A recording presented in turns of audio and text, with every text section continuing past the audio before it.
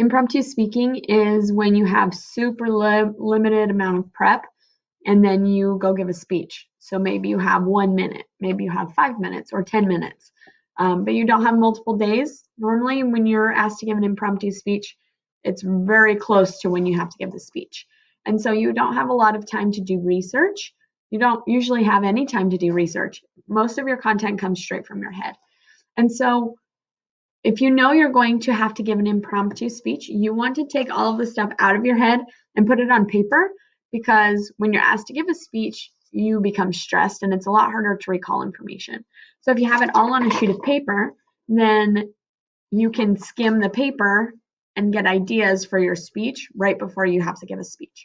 So you might say, like, I'll never have to give an impromptu speech, but impromptu speeches come up really often, and often they're not called speeches.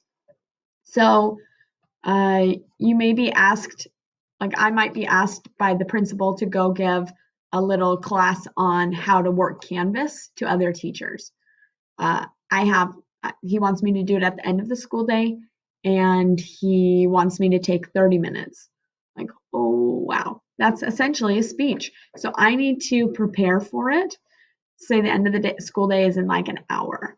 So I'm going to jot down ideas. I'm going to do bullet points out, and then I'm just going to go and do my best, and I'm going to speak off the top of my head or off the cuff and hopefully give some good information. The more small preparation you can do, the better your speech is going to be. So something you can do is you're going to create a personal knowledge index. A personal knowledge index, or a PKI, is where you take all of your knowledge and you put it on an index or like a piece of paper. Okay, so that's where all of your stuff lives. So on a personal knowledge index, you're going to have a lot of categories, and in those categories, you're going to have a bunch of examples. Because if you're asked to give a speech about why you love Mountain Home, and you have like 5 minutes to prepare, you already have stuff written down, you can skim it, get those ideas again, jot them down on bullet points, and then your speech is going to go a lot more smoothly. So we take all of this stuff out of our heads. So we're going to make some categories. So go ahead and get a sheet of paper. If you need to pause this video, do that. But we're going to make a personal knowledge index. So title it Personal Knowledge Index, or PKI, at the top, and get something to write within a piece of paper. Okay, so we're all going to make categories together. So start by drawing a line down the middle of your paper so that you have 2 columns. Each one of these columns is going to have multiple categories. So let's make our first category TV shows. Let's write that down. And you're going to write down all of the TV shows you can think of that you can talk about for at least 45 seconds. And you could share stories from the TV shows or themes from the TV shows if you were to be asked to give a speech. So I say for 45 seconds or longer, because if you can't talk about something for 45 seconds or longer, probably don't have a good enough understanding of the show or thing that you're discussing. And so you probably shouldn't use that. So you're going to write down any TV show you could talk about for 45 seconds or longer. I always, on my PKI, have Gilmore Girls written down, and I'm writing it down right now, because I've watched Gilmore Girls like way too many times. I've seen the whole season or the whole series multiple times. So if I had to give a speech, I could use an example from Gilmore Girls, because I can think of specific episodes to probably fit any situation that I were to speak for. I also might write like Grey's Anatomy, Smash. I just finished a show called Smash. This Is Us. Any other shows. So I'm going to fill in my category right now while you do the same. So any TV show you could talk about for at least 45 seconds. And you want at least 5 things in your category. It can be kids shows, adult shows, any of the sort.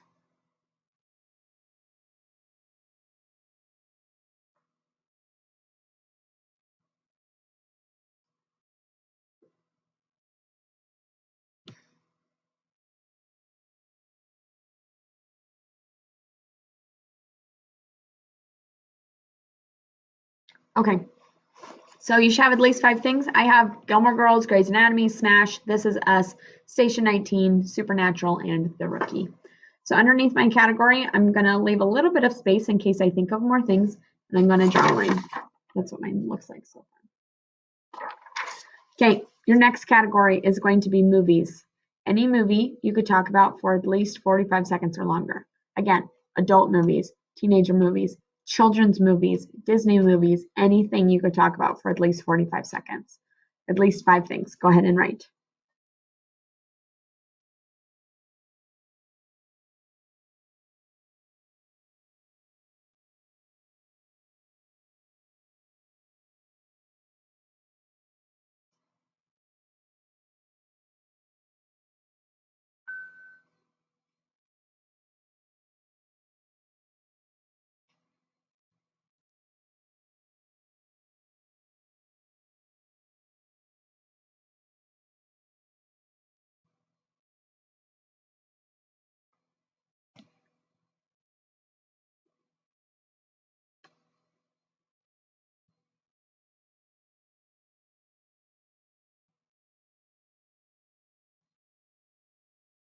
Okay, and again, leave a space and then draw a line.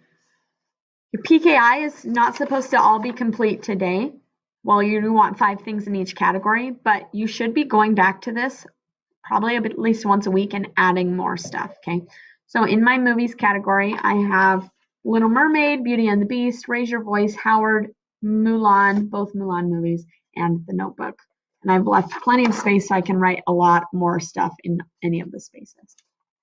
Okay, your next category is going to be books. Books you've read for fun, books you've read for school, books you've read to your siblings. Any book. It could be a graphic novel, a comic book. So write down any books.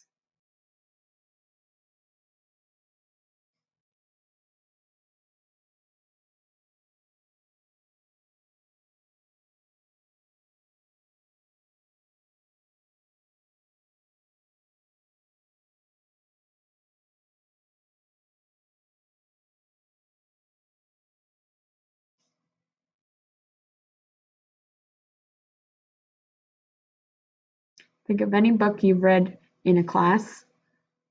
If you could talk about it for 45 seconds, write it down. New books you've read for fun.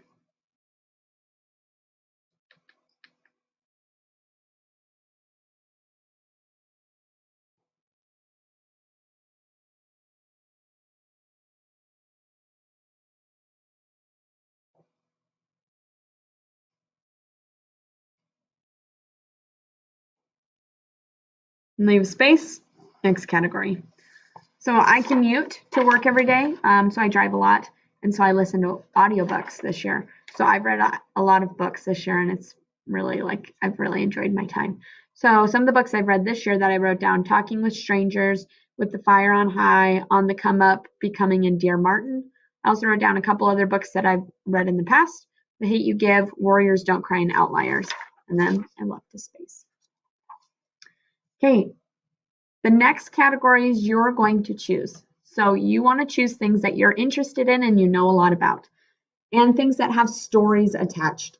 So if I did a sports category, I'm not just going to write down all the sports teams I can think of. You might write down a sports team that you know, like how the coach got chosen, or like why they traded certain players, or like controversies surrounding a team, or like really in-depth historical knowledge about the teams. You wouldn't just say like, I know that the Packers are a football team. Okay. I can list all the parts of a car. You want to have stories attached to it. You want to be able to use these examples to relate to your audience. So let's see, you could do musicals. That's usually one of my categories. You could do songs if you know the meaning behind songs, why songs are written. You could do bands or artists if you know stories attached to them. You could do poetry. You could do sports stories. You could do one on athletes. I on my last PKI, I made an athletes category, and I realized they were all gymnastics athletes. So I had like a gymnasts category because I know a lot of stories related to gymnasts. You could do a historical events category. You could do a famous people in history, famous people today. You could do a pop culture category. So I'd like you to choose 3 categories from any of the ones I listed or any ones you can think of, and you're going to put 5 things in each of those categories. So I'm going to take a few seconds and do mine while you do yours as well.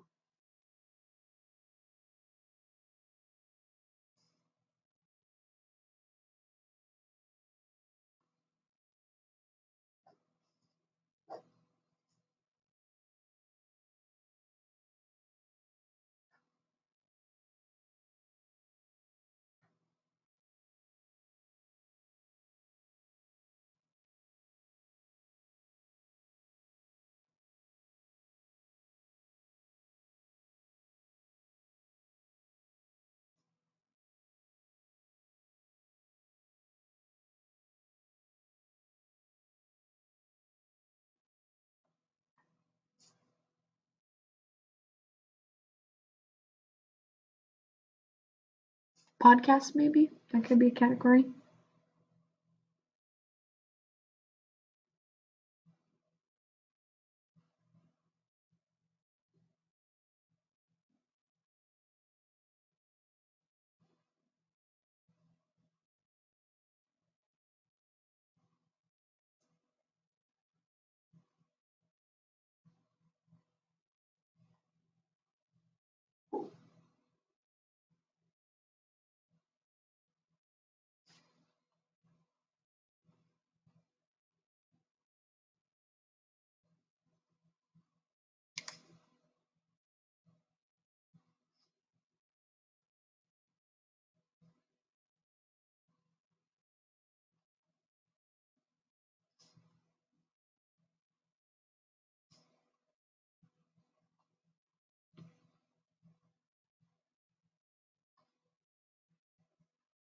We're doing all 3 categories right now.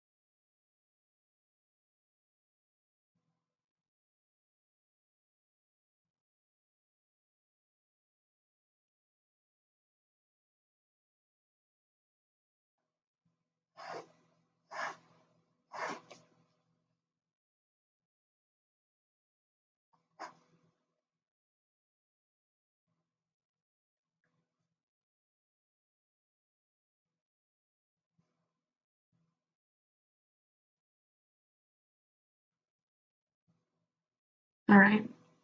So I have 3 more categories.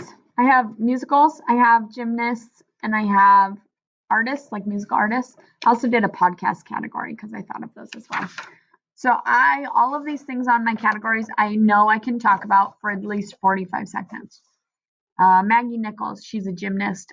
She did not make the 2016 Olympic team, even though she was expected to be in the top third. She placed high at the Olympic trials, but she came forward about some sexual abuse by a doctor, a gymnastics doctor, and so she kind of got blackballed from the Olympics. She's also the subject of a documentary recently called Athlete A, so I added that in my movies category as well. I could talk about Carole King and her life, how she got started as a songwriter, how she became the actual artist that was singing the songs, how she wrote some really popular songs for some really, really popular artists like Aretha Franklin and Lil Eva and the Monkees.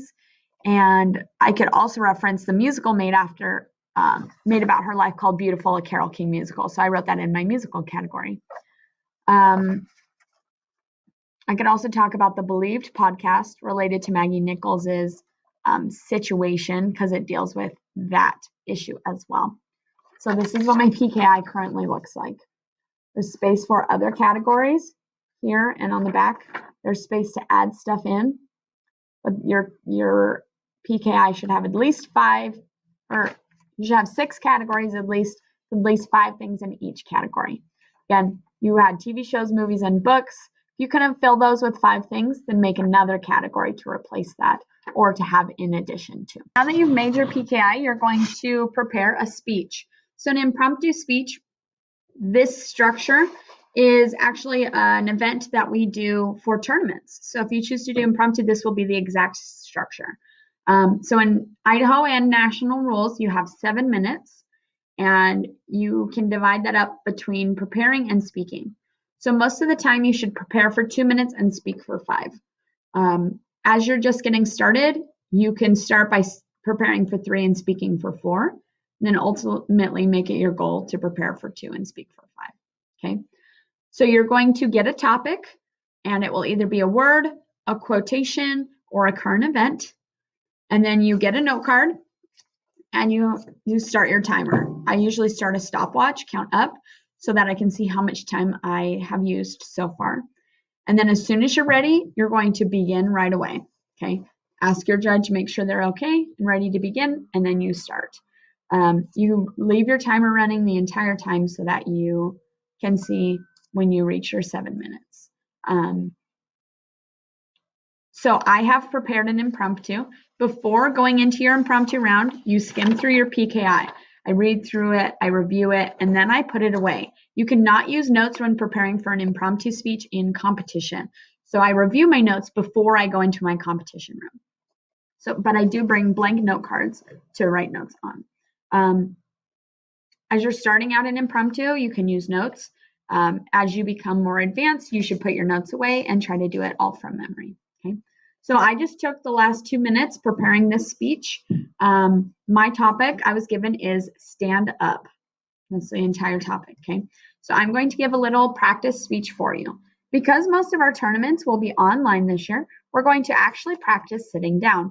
Normally you would give this standing up and you would walk in a baseball diamond. So you start your introduction at home plate. You go to first base for your first point, second base for your second point, third base for your third point, back to home plate for your conclusion.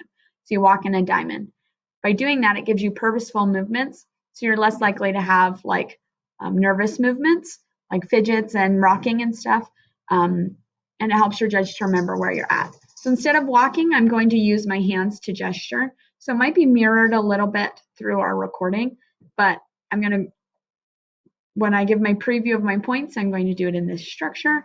When I walk to that point or I move to that point, I'm going to like guide in the direction that I'm going to go. One hand or 2 hands or whatever, okay? The structure of your impromptu speech should be as follows, and be ready, you should write this down. You're going to start with an introduction. In your introduction, you're going to have an attention getter, which is a story, a fact, or a quote that's interesting and grabs the audience's attention. Next, you're going to introduce your topic, which is, again, a quote, a current event, or a word. And then you're going to preview your main points. So you're going to just give us the titles of your 3 points in order. Today, we're going to talk about this, this, and this. Then you're going to go to each of your main points. And within those, you're going to begin the point, give us some substance, and relate it back to the topic. When you're done with one point, you'll say, now that we're done talking about this point, we're going to go to this other point. So you're going to transition between your points. When you're back to your conclusion, you're going to start your conclusion with a review. Your review is the exact same thing as your preview. You're going to say, today we talked about this, this, and this, the titles of your points. Then you're going to wrap things up, and you're going to refer back to your attention getter story and wrap things up really nicely. I'm not going to restate the story, but I'm going to refer to it. So I'm going to give you a little practice speech. I haven't given this speech. This would just be like how I would be doing it in a round. And I'm going to be starting my timer, stopwatch. Okay. My topic is stand up. In the 1960s, there were a lot of individuals who chose to stand up for what they believe in and take action. Some of those individuals included many civil rights activists, such as the Little Rock Nine, who were the first to integrate schools, such as Martin Luther King Jr. and Malcolm X. Now, these people took huge stands against inequality and stands for justice. And sometimes we see them as these big, important historical figures that did these huge, great things. However, we too can also stand up against injustices, against things that are going poorly or wrong in our own lives. So today, that's our topic, stand up. And I think it's referring to making a stand, going against those things that are wrong, standing up and speaking out. So today we're going to analyze our topic by looking at three main examples. First, we're going to look at the book, The Hate U Give, by Angie Thomas. Then we're going to look at Maggie Nichols and how she was portrayed in the documentary Athlete A, before finally talking about our first point, will be actually about Taylor Swift and Reputation.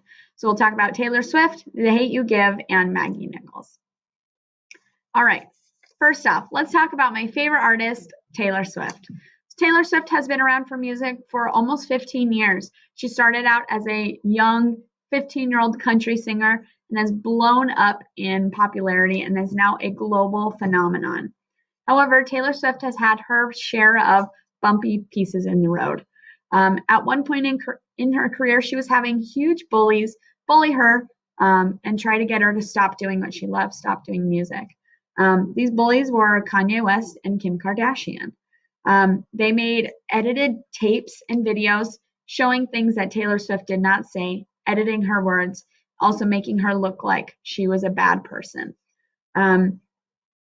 However, instead of being forced down and hiding away, she came back stronger and she stood up against them. She started speaking out on her social media pages. She started standing for causes she believed in. So instead of letting these bullies silence her voice, she started standing up more for the things that she believed in.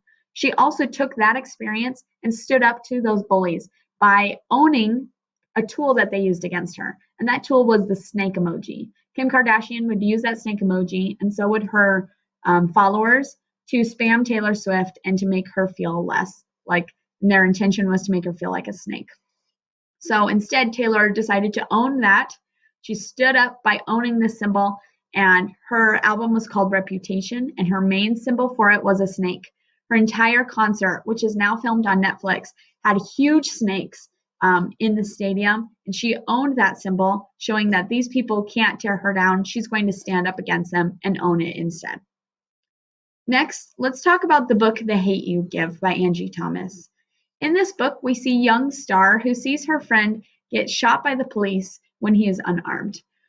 Throughout the book, Star grapples with how she's going to handle this situation and what she's going to do. And at first, she doesn't want to do anything. She wants to stay silent in the background as an observer. However, throughout the novel, she realizes that she needs to stand up for what's right. She needs to stand up against people that are doing these injustices, and she needs to fight. So she decided to become unanonymous, share her voice, and she decided to march against the injustices that people of color see every day in our country. She decided to march, speak out, and stand up for what she believes in. She was participating in what's called civil disobedience, standing up for injustice and laws, even if, especially if you think that they are unjust. Our final point, we will talk about Maggie Nichols and her portrayal in the documentary called Athlete A. Maggie Nichols is a huge star in the gymnastics community. She was a national champion for a few years, and she was all but chosen for the 2016 Olympic team. However, Maggie Nichols decided to stand up for something that she believed in and something that was harming many people, and she had some really sour consequences come of it.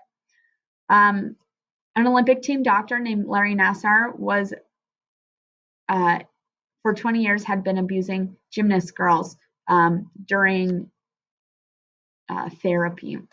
And Maggie decided to stand up and say something. She stood against USA Gymnastics and Larry Nassar, and she stood for truth, and she stood to help not just herself, but all other gymnasts that may be having this happen to them as well. So that's a great thing. We all see that as her standing up against a really gross guy. However, she did not make the Olympic team. She took third at the Olympic trials. She should have made the team. Everyone was expecting it. However, she didn't make the 5-person team, and she also didn't make the 3 alternates. And many believe it's because she did stand up and stand out. She should have made the team. All of her skills, all of her records showed that she should have made that and she didn't. So today we talked about standing up. We showed this through the examples of Taylor Swift, Star in The Hate You Give, and Maggie Nichols. So even though you may not be Martin Luther King or Malcolm X, you still can stand up and make a difference. And you should, because in our country right now, we need people standing up for the good. Okay, so if I prepared for 2 minutes, I just spoke for 6, so I went over my time limit. If I only spoke or prepared for 1 minute, I spoke for exactly 6 minutes, so I would have been fine. But when you're doing impromptu, normally we have people called timekeepers that will give you time signals so you can see them. So like 3 minutes left, 2 minutes left, and that can help you to adjust while giving your speech. I also am not used to giving speech sitting down, and so I would definitely need to practice doing this a lot more. Today we're going to talk about panel. So panel is short for panel discussion, and it is one of our 14 speech events. It is an IHSAA A event. So at districts, you do both an A event and a B event. Panel essentially is a discussion, and a panel discussion is one of the basic types of discussions talked about in most basic speech classes or communication classes. And we have decided to make it a competition event. I don't particularly love panel because I think a discussion is not supposed to be competitive. A discussion is supposed to be collaborative. And by making this a speech event, we're trying to make a discussion competitive, which is negative, and it can really hurt your discussion. So it's an interesting event. However, we want to do well at it at state and at districts, and so we're going to learn it. And my goal is to watch these panels and figure out who has the strongest panel discussion skills and send those people to districts. So first off, a panel discussion is 40 minutes long. So you don't do individual speeches that are timed. It's just a whole round that's grouped into a 40-minute segment. And you have a judge. So the rules for panel state that panel members do not make formal speeches, but remain seated and discuss the topic informally. Notes may be taken during the discussion, and you should take notes during the discussion so you can reference them back. Kind of like what you do in a Congress round, you reference other speakers, other representatives, you should do the same in a panel round. Emphasis is on problem solving through working towards group consensus. So all coming to the same agreement on something. Panelists should be familiar with the topic and be prepared to discuss facts and opinions.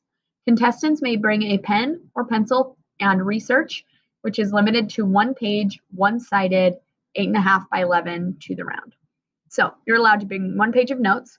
On those notes, you should have some research, but particularly during your research phase, you should define the terms in the topic.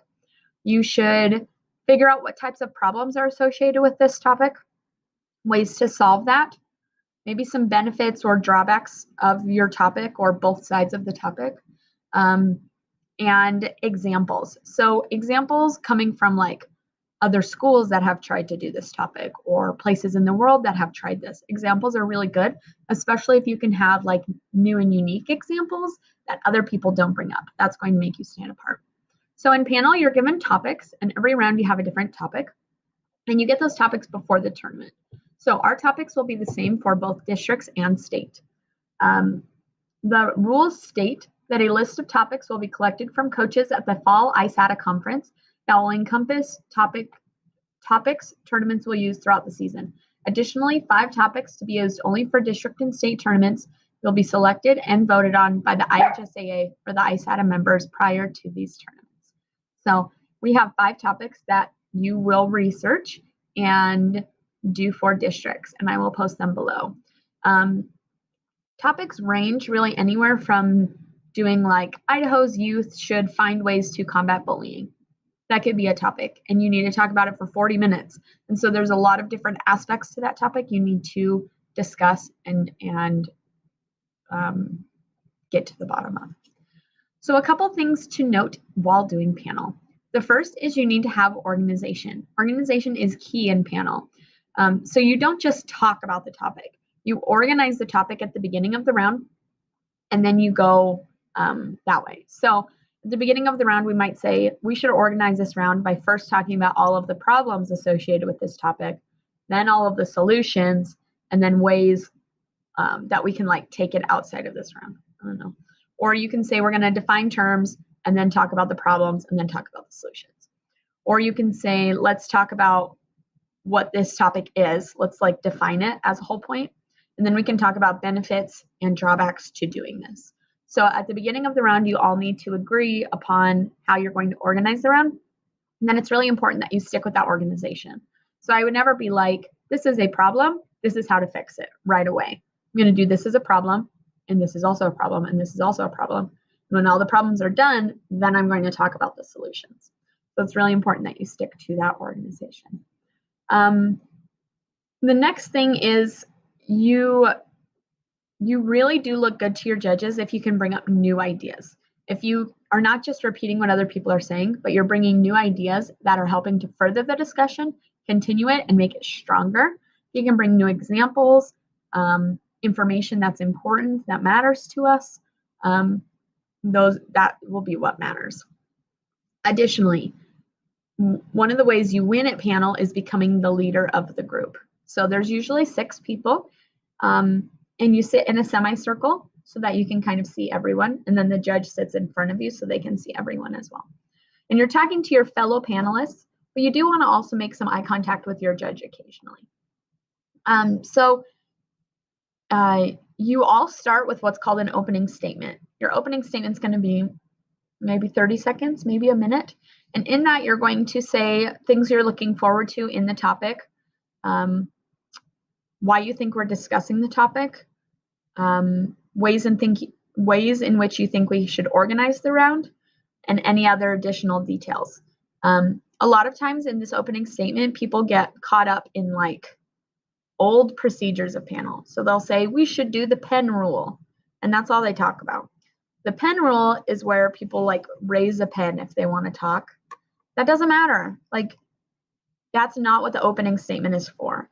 So even if you see people doing that, you could say, I agree with everyone being able to speak, and we should be courteous of that. But let's look at the topic, and then you give your opinion on it. You say like why we're looking at this topic, different ways we can organize around, those types of things. It's important in panel that you don't just do what everyone else is doing, but you're trying to make yourself stand out, be organized, and seem like you know what you're doing.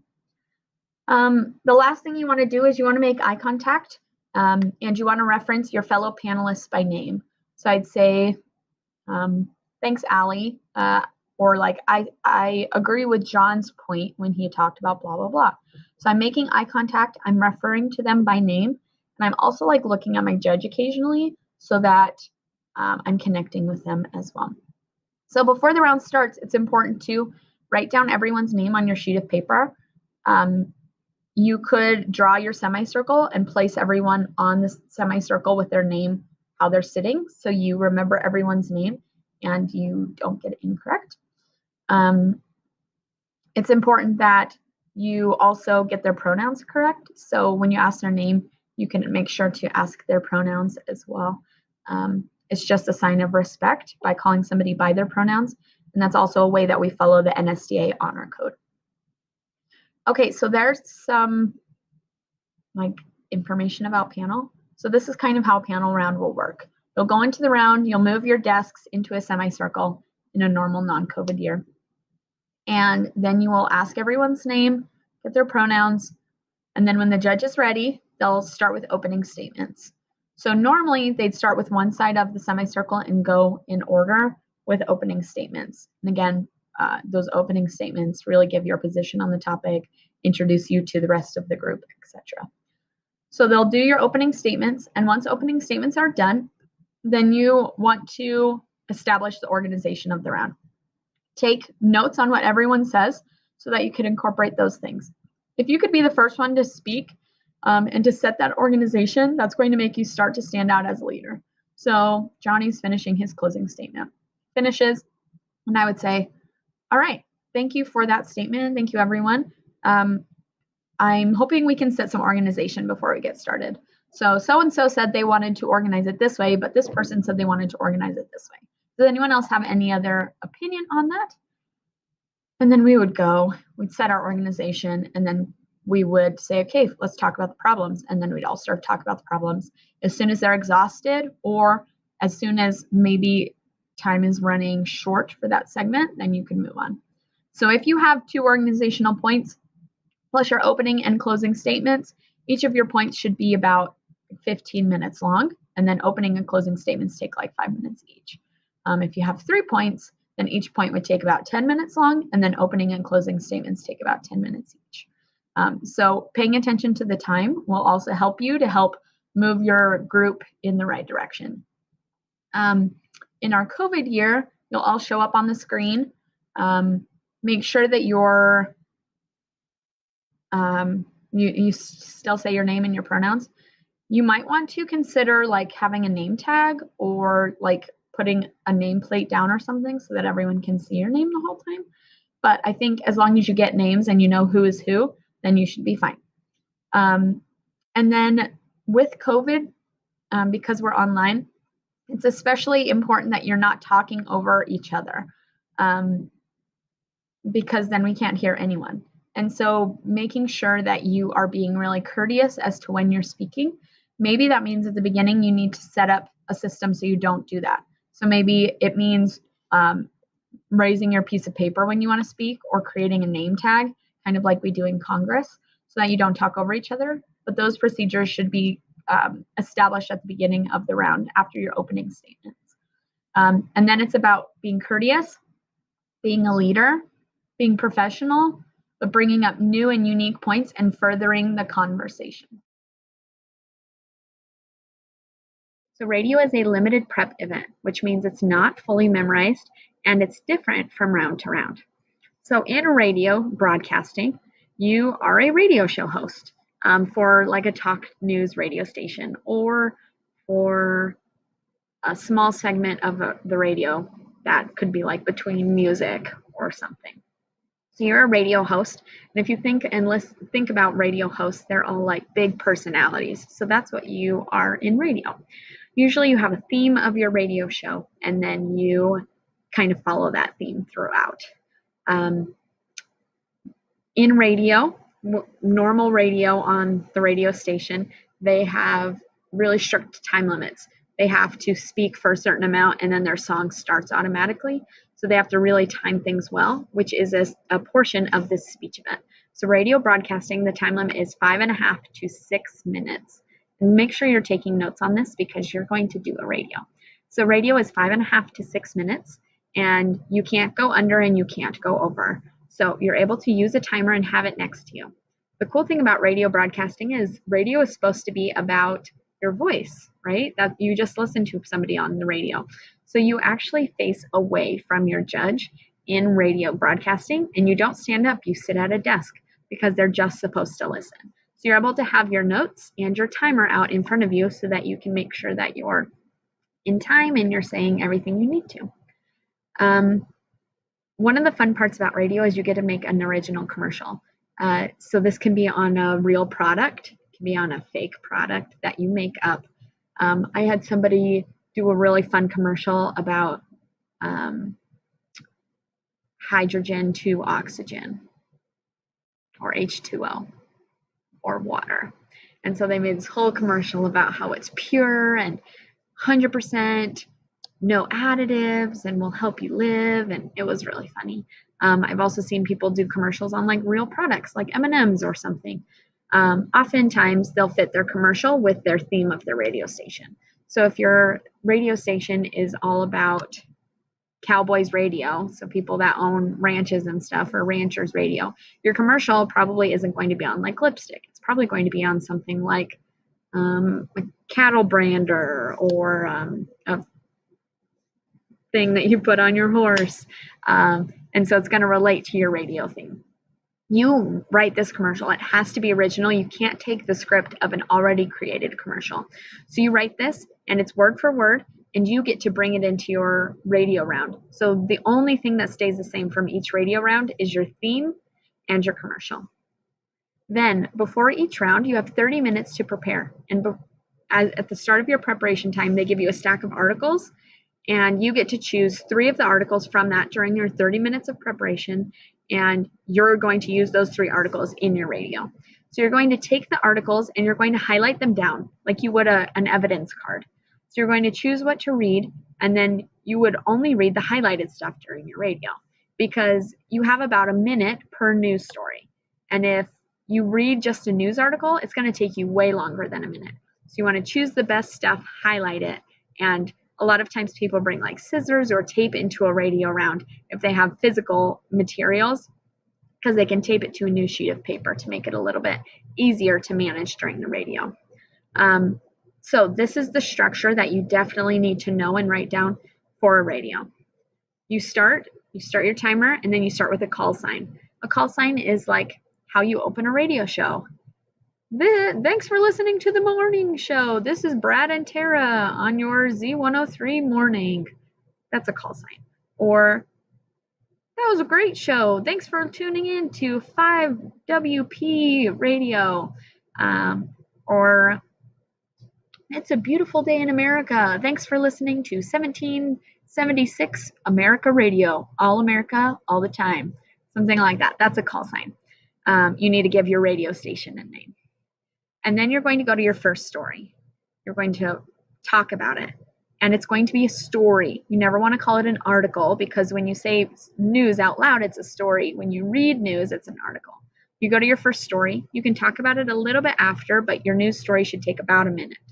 Then you're going to go to your next news story. It also is a minute. Then you're going to go to your commercial. You can do some sort of segment like, and we'll be back after a word from our sponsors. Then you'll go to your commercial. Remember, you have it pre-written, ready to go. After your commercial, you're going to go back to your radio show. Now that we've learned about so-and-so, let's talk about our next story. And it could like transition to it, or you can say, and we're back. On to our final news story of the day. You'll go to your third story. Your third story needs to be the one that you could talk about the most, the one that you're the most interested, or the one that has the most viewpoints surrounding it. Because after you do that story, you have what's called commentary. And you have to talk about this story for 1 extra minute after you're done reading the story. So commentary, you could talk about 2 different sides of the issue. You could bring up issues with the story, like why did they talk about this? There's all of these problems that it's not addressing. So that's what commentary is. And you need to talk about commentary for at least 1 minute. Cannot be shorter than a minute, but it really shouldn't be longer than a minute and a half. After your commentary, then you sign off. We'll be back tomorrow with more All America, All the Time news. I'm Brad, and this is Tara, and we'll see you tomorrow, or something. Or thanks for tuning in to 1776 Radio. Or that's enough of the news for today. Enjoy this new breakout hit from Lady Gaga, or something. So you sign out and you're done. You need to end your speech within 5.5 to 6 minutes, and you should have your timer out with you. So retold is kind of like an acting event, but it's not memorized and you don't prepare a script. It's different every single round. So let me read to you the event description from our IHSAA rules. It says, contestants will select a story from a group of 3 elementary level books, like kids' books, provided by the tournament, and in 30 minutes, be prepared to retell the story as if they are presenting in front of an elementary age audience. The story shall follow the basic storyline of the book being retold. The story shall be retold without notes, but must not be memorized. The same book may be presented only once by a competitor. So you get 3 kids' books, you choose one of them, and then you have 30 minutes to prepare. In that time, you need to learn the general storyline of the book. You need to know what happens at the beginning, middle, and end, and some basic details from throughout the book. And then you need to practice retelling the speech. So you're telling it in front of a group of elementary kids. And so you want to make sure that you're only using elementary appropriate examples or references or those things. And when you're telling stories to kids, usually you have like tons of energy. So they get bored if you're just like reading it like normal. And so you want to have energy and excitement. And retold is really big on facials, on tone of voice, and on your movement. Facials, tone of voice, and movement. So every round you get a different book. You have 30 minutes to prepare it, and then you go retell it. So some people there's pretty much two ways of doing retold. The first way is kind of acting out the story. You become the characters. The second way is you are literally retelling it like a narrator would retell a story. So you become a narrator, and then you really, really focus on your voice and your facials to bring the story to life. Some judges prefer one style and others prefer another, but neither one is wrong, and neither one is the only way to do it. So your speech is 4 to 6 minutes, and you are given time signals. Because this isn't a fully memorized speech, you don't really know how long you're going to speak for. And so your judge will give you time signals like 4 minutes left, 3 minutes left, 2 minutes left, 1 minute left, 30 seconds left, so that you make sure you don't go over time. You do have to be within time though, so time signals can make sure that you hit that minimum 4-minute time limit. Retold's pretty fun because you have a lot of flexibility and you get to bring to life a bunch of kids' stories. Because your book is different every round, you might have different characters if you want to act them out, or you might have different narrators, and you get to add some creativity. So you need to follow the basic storyline, but it's not memorized, which means that you're not going to remember everything from the book. So as long as you have those good basic pieces, beginning, middle, end, a couple key details, then the rest you kind of make up, okay? So it can be really similar to the book, or you can add some fun references in. This is Sophie sleeping on my lap. So one time I did Pinocchio, and as I was a narrator telling the story, Pinocchio was Italian. And so instead of saying Pinocchio, I said Pinocchio. So I have the same word. I'm just saying it differently, and I brought it to life.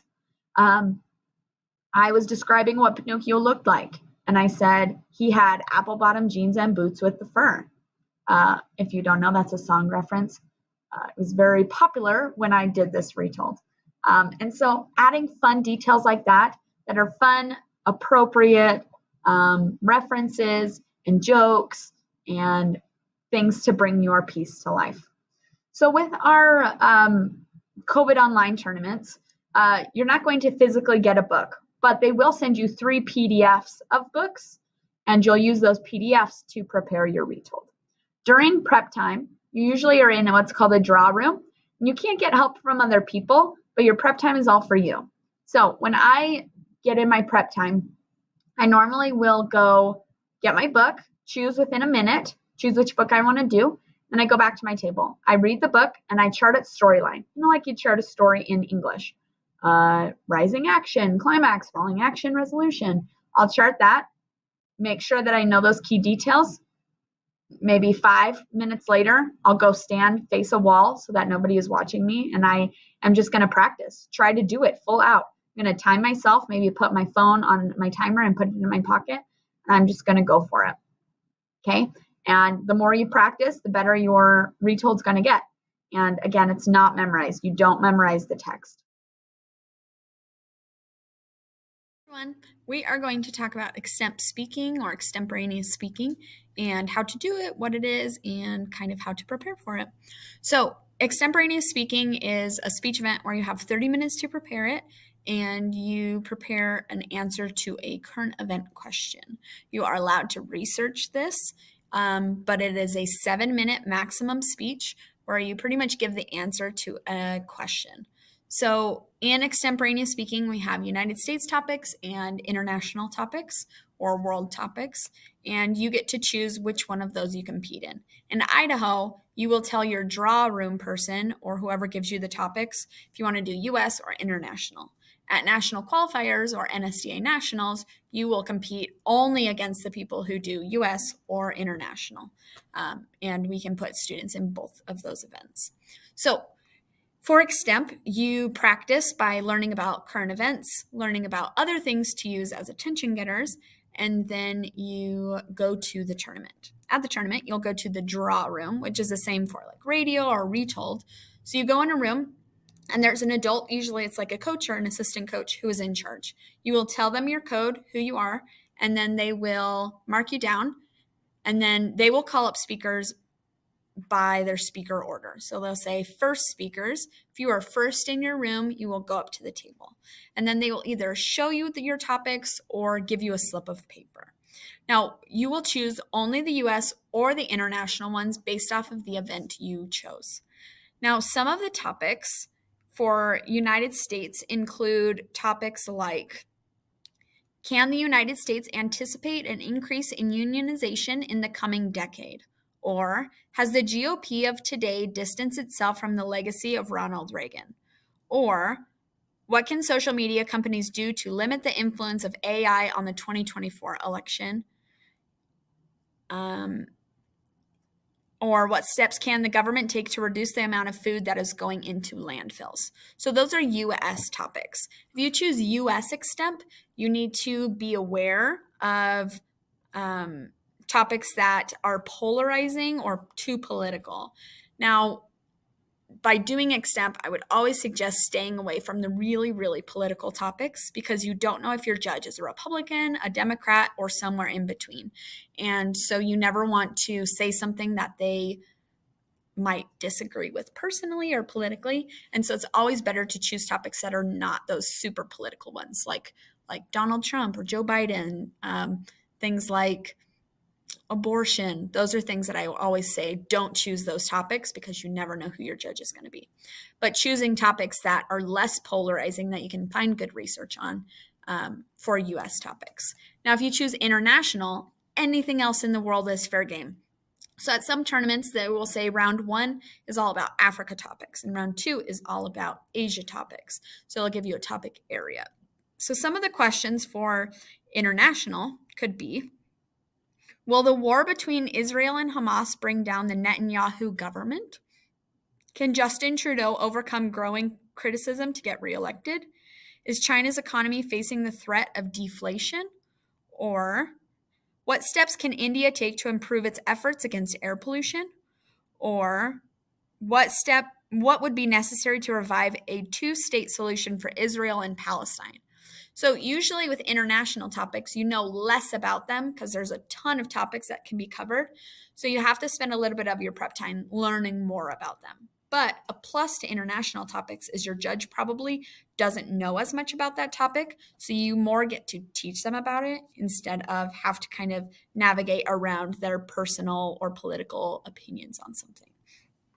So let's talk about the strategy and how to prepare for extemp.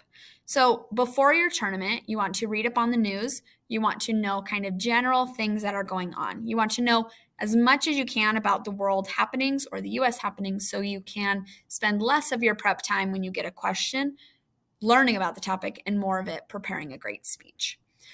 Now, once you get to the tournament and you go in the draw room, the draw person is going to call you up and they will give you 3 topics, 3 US or 3 international. Within the first few seconds, you need to choose which topic you want. So pretty much you read through each and you go, let's choose that one. If you don't know anything about any of them, choose one and you'll learn about it. If you're doing domestic, read through them, make sure to cross out any ones that are super political or too personal and choose from the others. You don't have to know about the topic to choose it because you'll have time to learn about it. But if you do know about the topic, those ones are pretty nice ones to choose. So you tell your draw person which topic you'll be using. So I'll say topic 1, topic 3, or I might say if they're listed A, B, C, D, E, I might say topic E or topic A. They will write it down and I go immediately back to my seat. As soon as I tell them my question, I start my timer. You have 30 minutes to prepare. Now, some tournaments in Idaho will cut this short a little bit. So they might say you have 25 minutes to prepare, and then you have 5 minutes to walk to your room, and then you start speaking right at 30 minutes. So you have a little less than 30 minutes. But at tournaments like nationals or national qualifier, you'll have 30 full minutes to prepare. So once you get your topic, you should divide up your time. So the first 10 minutes I would spend learning about your topic and brainstorming ideas. So you open up your computer, you go online, you Google stuff, you write notes, you want to learn as much as you can about the topic, and your topic, again, is listed as a question. Then you are going to, after that 10 minutes, you're going to start writing your speech. So if you don't know anything about the topic and it's an international topic, you might need a little bit more time to learn about your topic, but take no more than like 12 minutes. After you've brainstormed and gotten an initial viewpoint on the topic, then you're writing.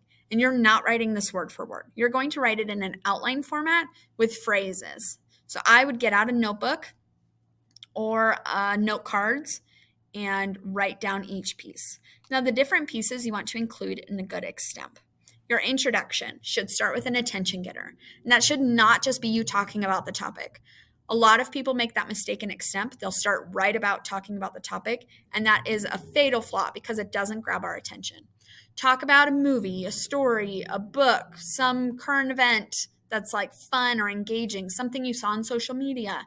Then you're going to connect it to the topic and then give us your question. So one of my favorite extemps was from the national champion at NSDA Nationals 2 years ago. And she started by talking about this fun exchange on Twitter. She's giving this exchange, talking about what world leaders are tweeting. And then she connects it to what the Brazil leader says, and then connects it to a question about the Brazilian leader. So then she says, which leads us to today's question. Will blah, blah, blah do blah, blah, blah? That's where you state your question. So attention getter, connect it, give the question. Then you want to answer the question. So I'll say yes or no, or this is how. Now there are close-ended questions and open-ended questions in extemp. Close-ended questions are usually asking for a yes or no. Open-ended questions are asking for reasons or steps we can take. So it's less of a yes or no and more of like a list or something. So you're going to give the question and then you're going to answer it right away. So I'd say, what can Americans do to keep unwanted things out of the landfill? The answer to this is there's actually 3 things we can do. This, and this. And those 3 things would be my 3 main points. If the answer is yes or no, so I'd say, which leads us to today's question, should the United States incarcerate less people to blah, blah, blah? And I'd say the answer to this question is yes, because reason 1, reason 2, reason 3, and those are my 3 main points. So after I list the titles of my 3 points, then I'm going to move physically in my speaker's diamond to my first point. In each of your points, you want to explain the point, you want to back it up with sources, and you want to say the sources with like the name of the source or the author name and the date. So I'd say CNN 2022 or CNN April 2023 if it's this year. And then you kind of keep citing sources, explaining your point, give impacts to your point, why this matters, what could this lead to. You're essentially analyzing and giving information to your judge to learn more about this point. You can talk about different people's opinions on the point, or like what people think about it. You could address misconceptions, but you want to like give an impact of why this matters at the end of the point. Then you would transition to your next point and do the same there and at the end. If you are new to extemp, and especially in Idaho, you could start off doing extemp by giving one source per point.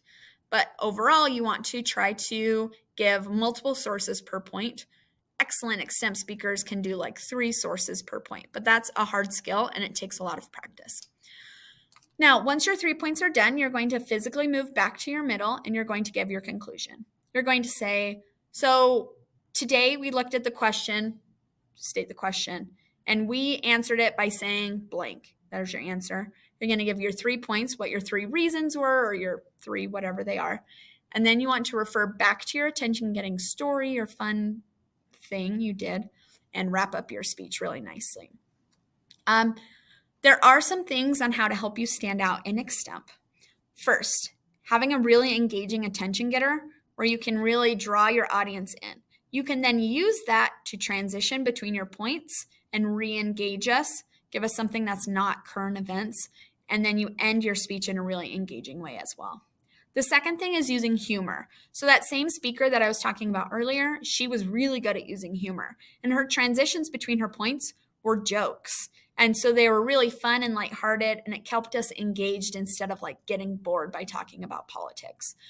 So she used a lot of really fun, appropriate jokes to transition in her speech.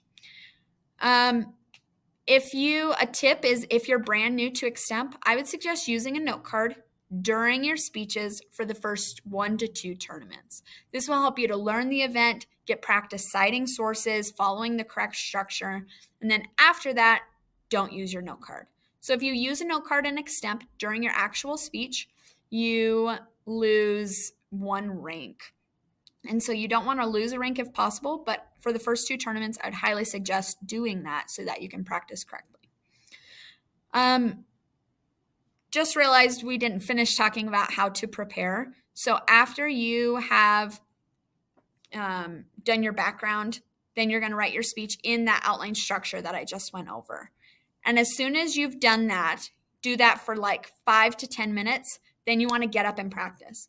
The longer you can practice, the more prepared you are going to be for your Extemp speech. So if you can practice for 10 to 15 minutes, and when you practice, you go stand up in front of a wall, face it as if it's your audience, and you're going to physically move, physically talk through your points. It's good because it helps you to practice how to say things or like how to insert your jokes or your attention getter so that it feels natural. And then you're using your notes as you practice so that that's helping you memorize your information. You're not memorizing it word for word, but you're memorizing what your sources are saying and where your sources go and kind of your overall structure. As soon as the draw person says your time is up, you're going to leave the draw room. You'll leave all your stuff there, and then you go to your room and you present. When you get to your room, you need to make sure your judge has the correct person there. You will tell them your question before you start, and you'll also say it in your introduction, and then you'll give your speech. Now, Extemp is a 7-minute speech with a 30-second grace period. Beginning people in Extemp, I would say your goal is to reach 5.5 minutes of speaking, but really people who succeed in Extemp are usually speaking from 6.5 to 7 minutes or going a teeny bit into the grace period. So you really want to hit that 6.5 to 7 minute mark in order to be the most successful in Extemp. If I'm comparing a 4-minute speech versus a 7-minute speech, 7-minute speech is just going to have a lot more context, a lot more content, and so I'm going to be ranking that higher usually. So that's overall the basics of Extemp. If you like current events, if you like learning about what's going on in the world and teaching people about it, if you like not doing the same thing over and over again, I would choose Extemp because we have different topics every round. You get to learn a lot about them and you get to teach people about those things. So that's Extemp. There's a lot of resources on speechanddebate.org for Extemp. They also have sample questions you can use to practice. Let me know if you have any questions.